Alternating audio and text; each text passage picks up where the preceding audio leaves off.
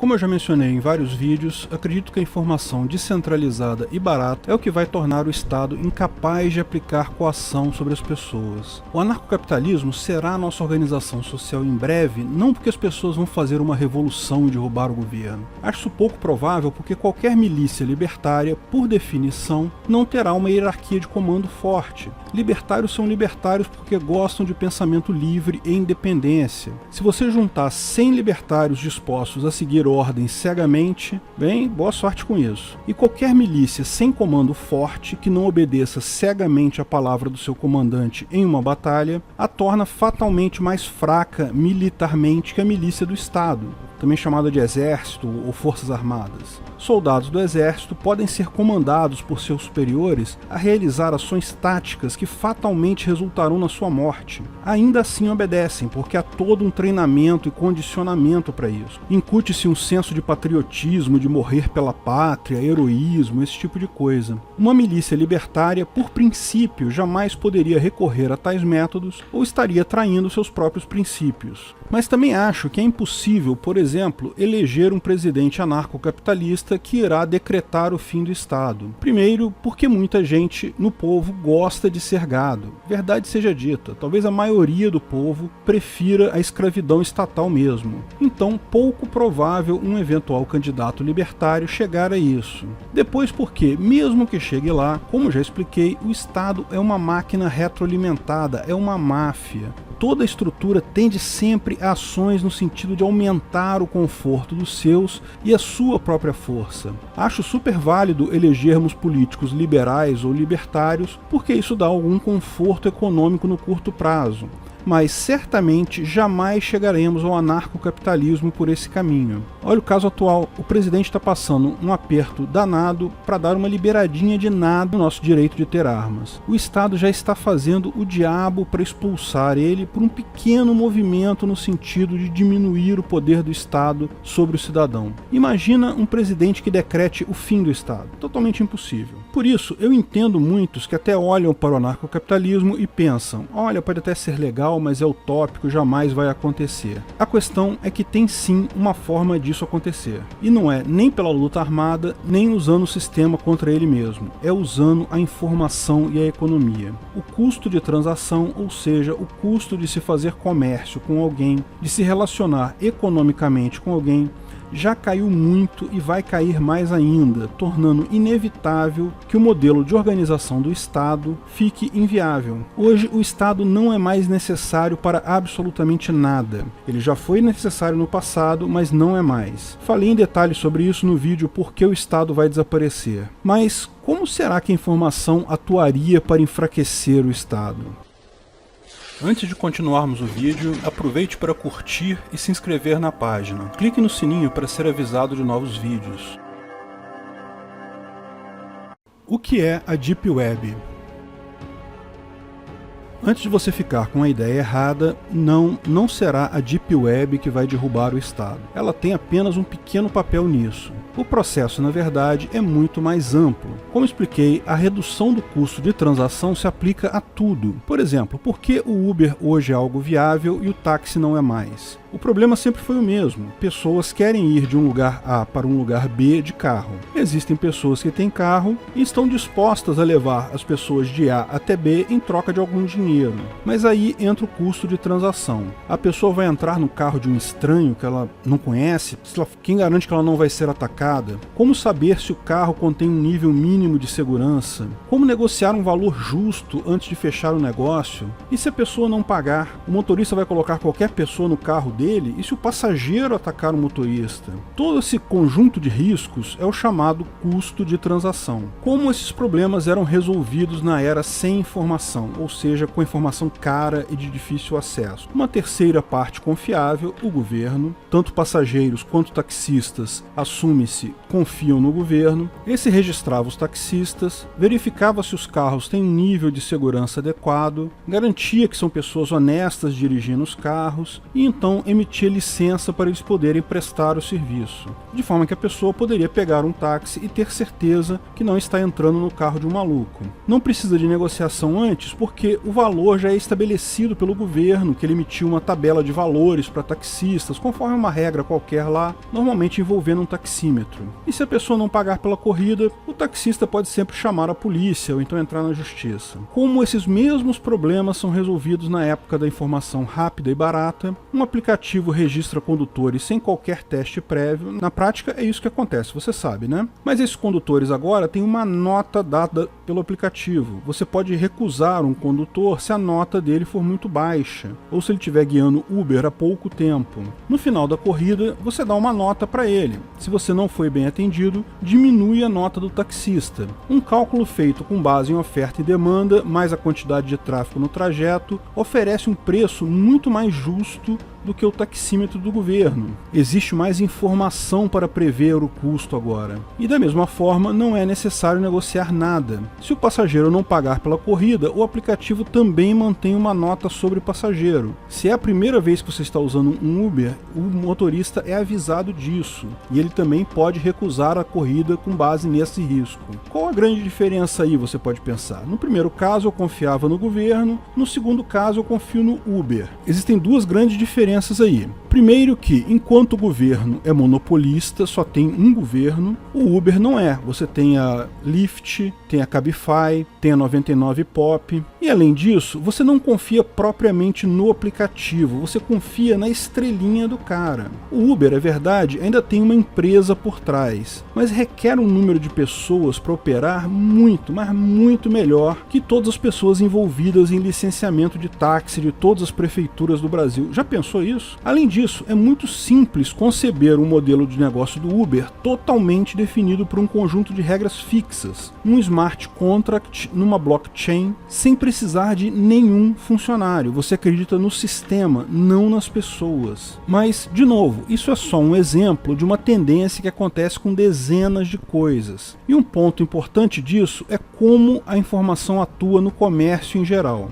Comércio é uma atividade humana muito importante. É aquela situação em que uma pessoa possui um bem que ela quer trocar por uma quantidade de dinheiro e outra pessoa quer adquirir aquele bem e está disposta a pagar o dinheiro solicitado. Tudo parece muito simples e voluntário, mas existem custos de transação também. Existem problemas de confiança aí. Como garantir que o vendedor vai te entregar efetivamente o produto? E se o produto estiver errado ou com defeito? Como garantir que o comprador vai efetivamente pagar pelo produto ao receber o mesmo? Todo mundo já viu que o comércio pode ser muito facilitado também pela informação fácil e abundante.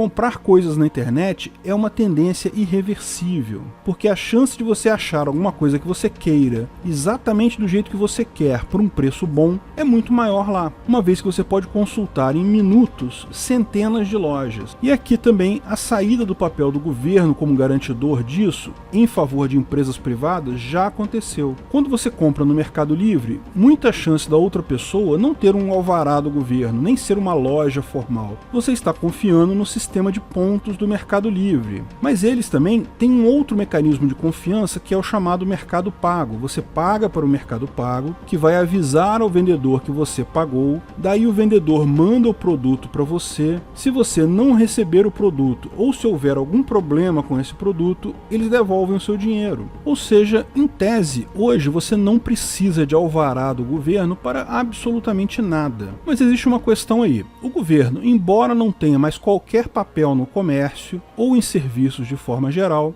ele continua exigindo a parte dele, como se vivêssemos ainda no antigamente, quando ele realmente tinha um papel nessas coisas. O imposto conhecido como ICMS é o custo que o Estado cobra por essa mediação que ele fez uma época no passado e que hoje é totalmente desnecessária. Veja, é razoável assumir que quando o governo atuava como parte mediadora no comércio, verificando o estabelecimento, fornecendo alvará, fiscalização, ele fornecia sim um serviço aí, por mais que fosse um serviço meia boca, sempre foi, ainda era algo útil numa época de informação cara. Só que quem fornece esse serviço agora é o Mercado Livre. Não só ele, são empresas privadas. Se você comprou nas lojas americanas online, no Magazine Luiza, no Submarino, qualquer desses sites, você já percebeu que na verdade não são os sites que entregam a compra para você?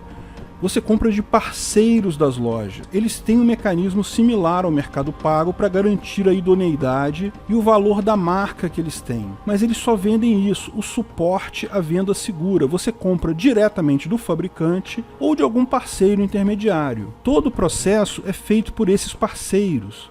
De certa forma, já é uma empresinha de leis privadas que define um contrato nas situações que ela vai pagar cada parte ou ressarcir os prejuízos. O governo não tem mais nenhum papel significativo aí. Ok, você ainda pode dizer que o governo ainda fornece a justiça para o caso de dar algum problema entre você e a outra parte, mas lembre-se, em tese, a justiça do governo é um serviço pago à parte. Mas será que é possível realmente fazer negócios reais em um local totalmente sem a presença de governo? Ou seja, à medida que esses mecanismos se tornam cada vez mais fortes e o governo cada vez mais desnecessário, será que o governo é realmente desnecessário? Será que é realmente possível fazer isso sem totalmente a presença do governo? Uma boa forma de verificar isso é o ambiente da Dark Web ou da Deep Web. Exatamente o que significa isso? Bem, existe um protocolo chamado Onion Router que foi criado por laboratórios da Marinha Americana para garantir o anonimato na comunicação entre duas pessoas na internet. Sim, isso foi criado e ainda é mantido com dinheiro da Marinha, embora o código seja público. Por que isso? Bem, a Marinha Americana quer poder se comunicar anonimamente. Mas se fossem só as pessoas da Marinha conversando dessa forma, cadê o anonimato, né? Seria fácil identificar quem está falando com quem, seriam poucas pessoas falando. Então ela divulga para todo mundo e agora o pessoal que vende drogas na internet está ajudando a Marinha a se manter anônima. E por que precisamos de anonimato na internet? Bem, porque a internet não é muito boa nisso. O protocolo normal da internet, chamado TCP/IP, inclui em cada pacote que trafega o endereço de sua origem e do seu destino. Existem formas de alterar o seu IP de origem, mas os roteadores mais modernos conseguem ligar o pacote, mesmo com o IP falso, a uma origem real.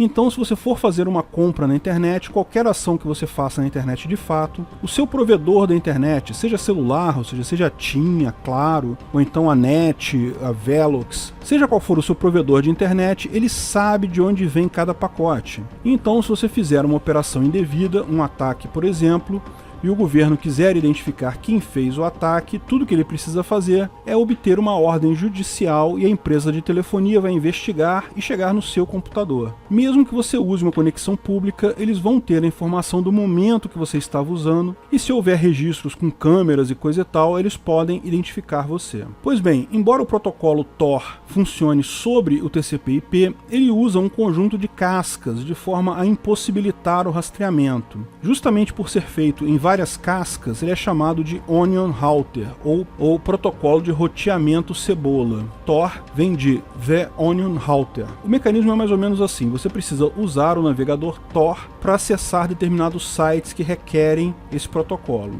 Algumas máquinas aqui no Brasil e no resto do mundo todo rodam os chamados Relay Tor. Um relay é uma máquina normal que fica na internet e que trata esses pacotes do Tor. Quando você vai se conectar com um servidor qualquer na rede, ao invés de mandar um pacote TCP/IP direto para o destino, ele manda para um desses relays um pacote criptografado com informações. Esse relay ele consegue decriptografar esse pacote e passar isso novamente criptografado para outro relay, a camada seguinte também está criptografada. Então, na verdade, existem várias cascas, ou seja, várias camadas de criptografia nesse pacote, e ele vai seguindo de relay em relay até chegar no servidor final destino dele. A volta segue o mesmo caminho, mas veja, não necessariamente pelos mesmos relays, ele pode passar por outros relays. Então, em tese, é altamente improvável alguém conseguir interceptar isso e identificar a origem ou o destino do pacote. A Deep Web é tudo que se acessa usando esse protocolo, ou seja, navegando com o Tor. Tem um monte de sites para denúncia anônima, chat sobre assuntos políticos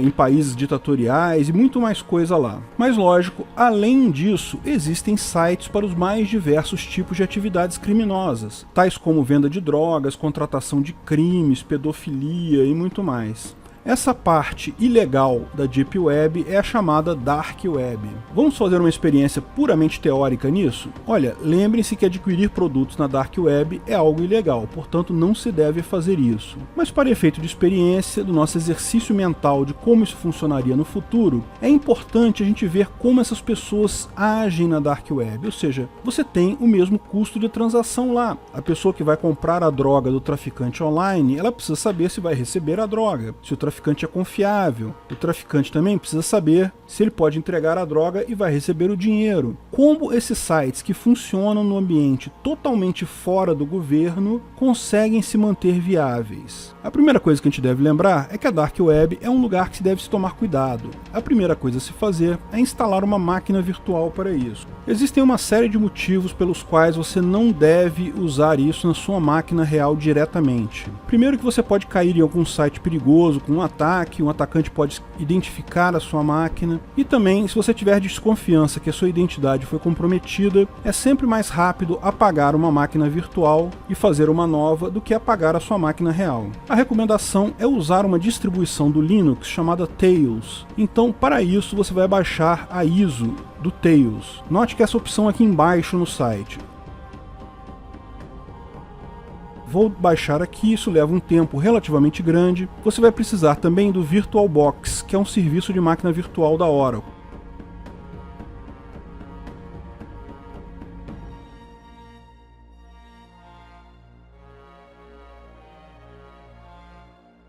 Vamos baixar aqui.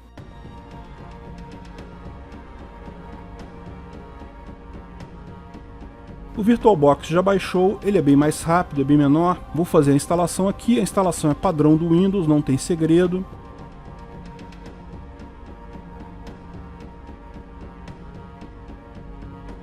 Você vai precisar reiniciar a sua máquina para rodar o VirtualBox, ok? Mas eu vou esperar primeiro baixar o ISO do Tails. Agora que baixou o ISO do Tails, eu vou clicar aqui nessa estrela para iniciar uma nova máquina virtual. Vou dar o nome de Tails para ela, mas isso aqui é só um nome que você escolhe para sua máquina, você pode escolher qualquer um. Vou colocar o tipo Linux Ubuntu 64 bits, isso é importante. Vou colocar no mínimo 2 GB de RAM nessa máquina. Na verdade, eu vou colocar 4 GB, porque dá mais folga para ela, e minha máquina host tem 16 GB de RAM, então não me dá problema. Mas lembre-se, não ocupe demais a memória da máquina real, senão fica mais lento do que se você deixar um meio termo. Depois que foi criada a máquina, você clica nesse botão direito nela, vai em Preferências, aqui em Storage, vai no CD virtual aqui e vai carregar aqui aquela ISO do Tails, como um CD-ROM virtual da máquina Linux.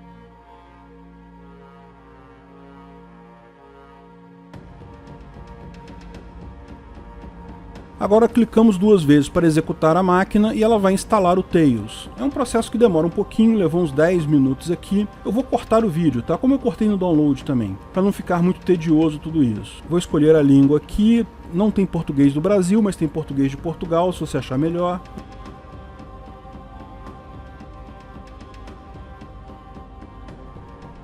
O teclado é importante você escolher o do Brasil, porque senão as teclas de sinais podem dar problema.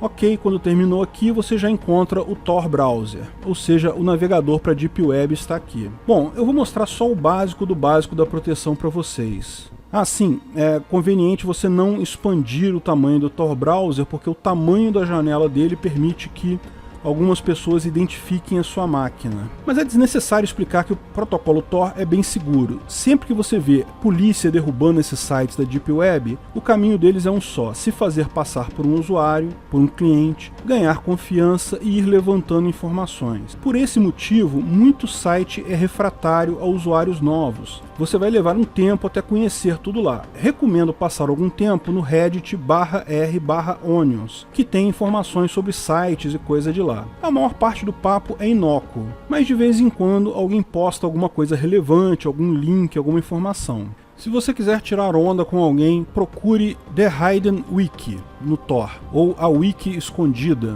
Escolha esse site aqui com terminação .onion.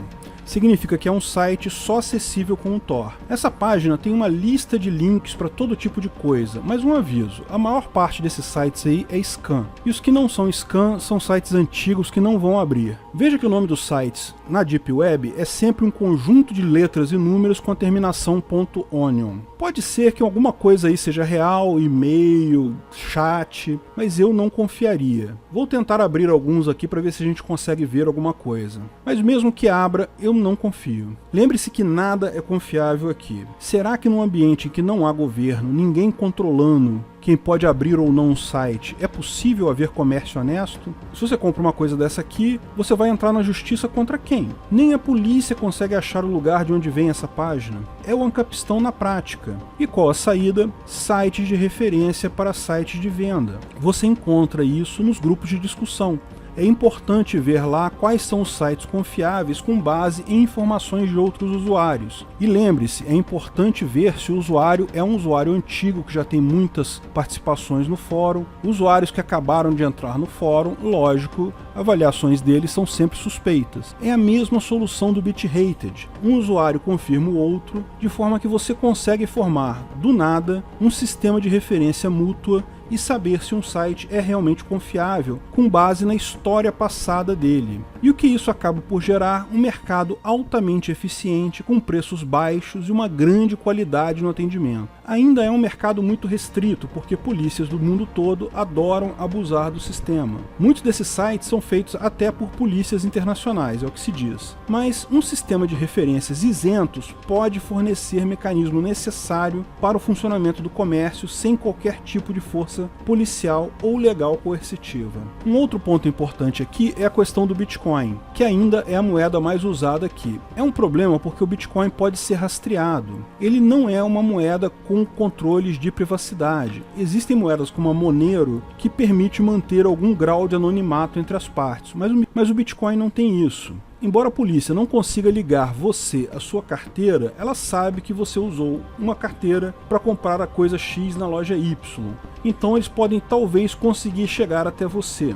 Então eles inventaram esse troço aqui de Bitcoin Mixer, ou Bitcoin Laundry. Você cria uma segunda carteira só para fazer uma transação, daí encaminha da sua carteira de Bitcoin para essa carteira randomizadora desse serviço que eles prestam. Essa carteira randomizadora recebe de um monte de gente, depois ela manda o mesmo valor seu para o endereço final, descontado, claro, só os custos de transação. Então, mesmo que liguem a venda até a carteira temporária, não dá para chegar da carteira temporária até a sua carteira oficial de Bitcoin, porque em determinado momento ela está numa carteira que durou só durante um tempinho e que aglutinou pessoas do mundo todo. De novo, importante usar esse serviço de empresas referenciadas por outros usuários, senão você vai mandar o seu Bitcoin para lá e adivinha o que vai acontecer? Pois é. O ponto central aqui é, eu como advogado não aconselho ninguém a usar a Deep Web para comprar coisa alguma, mas é importante estudar os mecanismos que eles usam, porque são os mecanismos que tendem a se formar na economia à medida que o Estado for sendo escamoteado, for sendo deixado de lado, porque as duas coisas tendem a se encontrar. Cada vez vamos ver mais serviços distribuídos no livre mercado, ou seja, serviços legítimos tipo Uber, lojas americanas online, esse tipo de coisa, e eles vão usar soluções tiradas da Deep Web, onde não se precisa de governo para nada, porque é a melhor situação, eles passam a ter a economia máxima no serviço deles. E cada vez vamos ver serviços na Deep Web mais confiáveis e fáceis de usar, porque também pegam coisas desses serviços de fora para favorecer facilidade de uso, vendas, esse tipo de coisa. Os dois lados estão tirando o poder do Estado de tributar. As empresas com drones serão um outro ponto importante, porque hoje o Estado pode parar um caminhão e fiscalizar, ou seja, extorquir o comerciante que está transportando aquilo. É possível o Estado fiscalizar drones automáticos? Sim, claro, possível é, só é muito mais difícil. Eu ainda não sei como não inventaram submarinos autônomos para transporte de longas distâncias. Pensa bem, é uma coisa super simples de fazer, você faz um casco pequeno, um tamanho de uma barracuda grande, de forma que pode até ser confundido com um peixe por um radar, esse tipo de coisa. Você acopla aqueles propulsores que o pessoal usa para mergulho, sabe? Que tem uma hélicezinha que gira com base em bateria, uma bateria de alta capacidade, um celular com GPS, com um programinha Android para direcionar o propulsor. Programa nesse programinha seu Android uma rota, coloca ele no mar, em algum lugar, em alguma praia desconhecida, o bicho vai andar submerso, não muito fundo para não perder o contato com o GPS, nem muito raso para poder ser visto por alguma embarcação. Ele é autônomo, ou seja, ninguém está guiando, ninguém precisa ficar ali acompanhando ele o tempo todo. O celular tem uma rota traçada que ele pode corrigir usando os controles dele sobre o motor, mas você sabe que ele está programado para chegar numa coordenada X num tempo Y e te avisar quando chegar lá. É só você ir nesse outro local remoto da costa pegar o bicho. Me parece tão simples que acho pouco provável que isso já não exista há centenas por aí. Transporte autônomo, dinheiro não rastreável, mecanismos de garantia de negócio robustos independentes do governo, é tudo o que precisamos para nos tornarmos livres de qualquer amarra coercitiva violenta no comércio. Não vejo a hora de todos esses elementos estarem prontos. Obrigado por assistir nosso vídeo. Comente abaixo se tiver dúvidas ou sugestões de novos temas.